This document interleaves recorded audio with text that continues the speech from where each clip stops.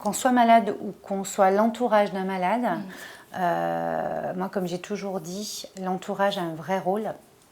Et de venir à des événements comme ça, voir ce que chaque médecine peut amener, ça va vous ouvrir des pans, des portes un petit peu, des choses insoupçonnées en vous-même pour pouvoir finalement aider encore plus autour de vous. Donc n'hésitez pas à venir parce que ça va être un très très beau moment.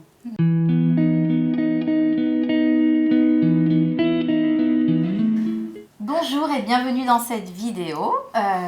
Donc je vous présente aujourd'hui Valérie Karchi qui sera là au 3e rencontre entre la médecine conventionnelle et les soins naturels où nous allons parler de complémentarité. Alors pourquoi Valérie ? Parce qu'elle va nous offrir une conférence. Donc elle a été atteinte d'un cancer. Et elle s'est soignée avec la médecine conventionnelle et les soins naturels. Tout à fait. Voilà. Est-ce que tu peux nous en dire plus, nous partager un petit peu qu'est-ce que tu vas apporter aux personnes, au grand public qui sera là lors de ta conférence? Alors, moi, je vais vraiment axer sur la partie où, en fait, on a besoin d'un réveil intérieur à un moment donné pour switcher ce qui nous arrive, parce que ce qui nous arrive, on a besoin de comprendre certaines choses. Donc, bien sûr, en France, on a beaucoup de chance d'être pris en charge par un système médical qui est ultra performant. Et moi, dans le cancer que j'ai eu, cancer du sein, on a beaucoup de chance d'être pris en charge et d'avoir un protocole qui marche quand même. Alors, je ne sais plus le pourcentage de réussite, mais en tout cas, on a des traitements qui sont quand même avérés. Et moi, j'ai eu double chimio, ce que j'expliquerai dans la conférence, parce que j'avais eu du mal à enclencher quelque chose aussi en moi, dans mes pensées, etc. Et je veux montrer un petit peu la complémentarité du fait qu'on nous aide médicalement dans un parcours comme ça, mais également d'aller un petit peu analyser ce qui se passe en nous grâce à d'autres types d'accompagnement complémentaires. Moi, pour le coup, ça a été la médecine chinoise, ça a été tout ce qui est huile essentielle, etc. Enfin, j'ai eu plusieurs énergétiques aussi. Et donc, j'exposerai ça durant ma conférence pour montrer à quel point on peut vraiment opérer un réveil en nous qui va nous permettre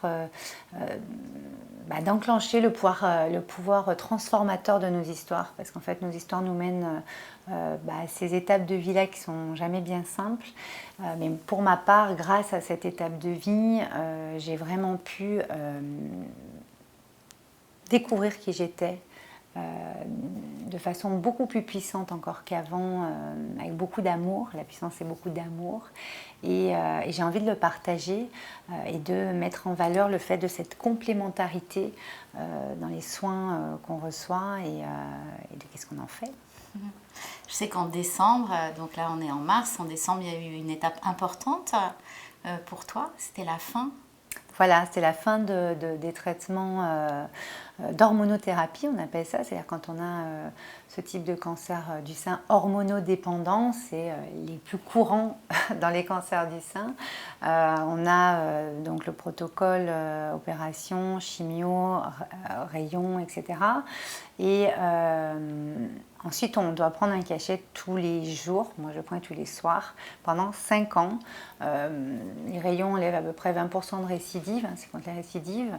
Et l'hormonothérapie enlève environ encore 20% de récidive.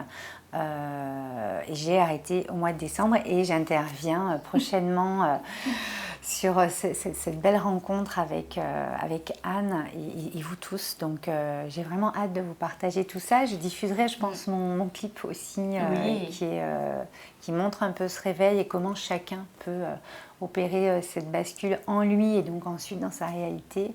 Voilà, qu'est-ce qu'on fait de tout ça? Je pense que c'est important que tout le monde soupèse son rôle et qu'est-ce qu'il apporte.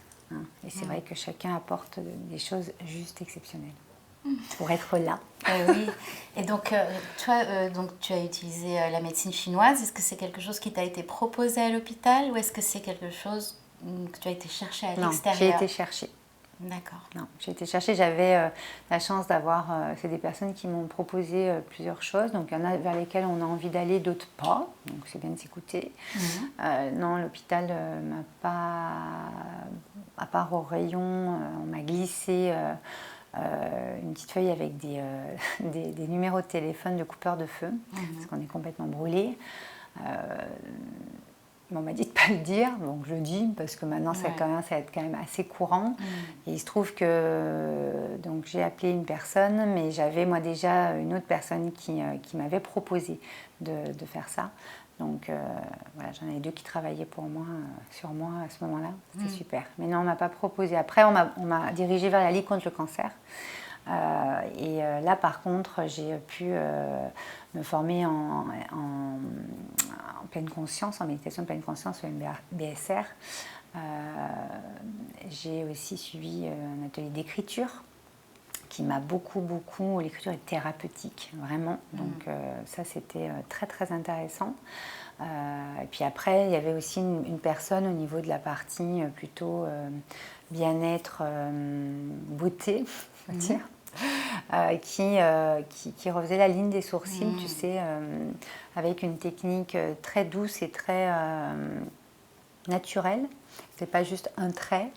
Et ça permet vraiment de reprendre confiance en soi et de tenir bon pour dépasser tout ça, en fait. Voilà. Oui, parce que tu es quelqu'un, tu as été mannequin, donc énormément de photos de toi, et donc d'un coup tu t'es métamorphosée le temps de la guérison en fait. C'est ça, en fait il y a la partie physique qui rentre en ligne de compte au niveau de l'image, moi c'était quelque chose que je connaissais bien. Mais quand notre corps nous lâche, ça je ne connaissais pas. Et au-delà de l'image, justement, on a à aller voir en soi qu'est-ce qui fait que on se retrouve à terre et à nu comme ça à un moment donné de sa vie. Et quels sont les fondements et l'essentiel finalement pour soi et comment on peut basculer vers du meilleur finalement pour nous à la base. Et on a beaucoup de chance en France parce qu'on a quand même beaucoup d'aide et de support, parce qu'on a des soins de support maintenant. Les sourcils, ça s'appelle des soins de support, et il y a un nom aussi là-dessus. Et c'est des personnes exceptionnelles à chaque fois soit qui font des dons, soit c'est leur métier, mais qui prennent ce temps pour redonner un peu de vie aux personnes qui sont malades en fait. Qu'est-ce que tu ressens là aujourd'hui à l'idée de venir transmettre à la Forêt Fouesnant? Je tiens à te remercier de m'avoir proposé de pouvoir venir transmettre justement parce que c'est quelque chose que je me suis promis quand j'étais malade sous traitement. Je me suis promis que si je m'en sortais, je trouverais le courage d'aller en parler et de transmettre ça parce que de nos jours, tout le monde a de près ou de loin quelqu'un qui est touché par la maladie ou d'autres épreuves. Il n'y a pas que la maladie, mais en tout cas par une épreuve de ce type. Et je pense que toutes les personnes qui vont venir nous voir et nous écouter durant cet événement, je pense qu'ils vont prendre aussi la dimension un peu subtil qu'on ne voit pas là comme ça quand on en parle. Et moi je pense que j'ai envie d'amener ça aussi, de montrer qu'il y a ce qu'on voit et ce qu'on traite. Et il y a aussi toute la partie moins visible, plus subtile de notre être, qui a besoin d'être révélé, d'être libéré, d'être réaligné par rapport aux choix qu'on a pu faire. Et justement, merci Anne d'avoir créé cet événement parce que d'allier les deux, ça donne une dimension supplémentaire. Et je pense que qu'on soit malade ou qu'on soit l'entourage d'un malade, moi, comme j'ai toujours dit, l'entourage a un vrai rôle.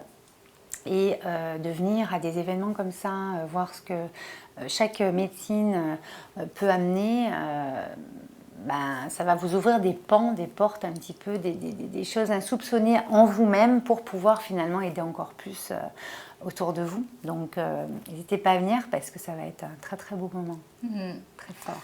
Et on parlera aussi de prévention. Tout à fait. Et donc tu seras là aussi pour animer la Oui. table ronde, puisque Oui. tu animes tu es animatrice, journaliste, chroniqueuse, auteure, donc Chez Radio Médecine Douce, oui, exactement. Et donc moi je suis ravie d'accueillir Radio Médecine Douce et que tu sois l'animatrice de la table Ambassadrice. ronde qui aura lieu après le cocktail, pour ceux Ouais. qui sont inscrits pour toute la journée. Et toute la journée. Mais oui.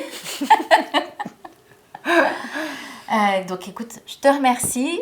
Et puis vous avez tous les liens d'inscription sous la vidéo. Donc on vous attend. Venez nombreux. Oh oui, on vous attend. À bientôt. À bientôt.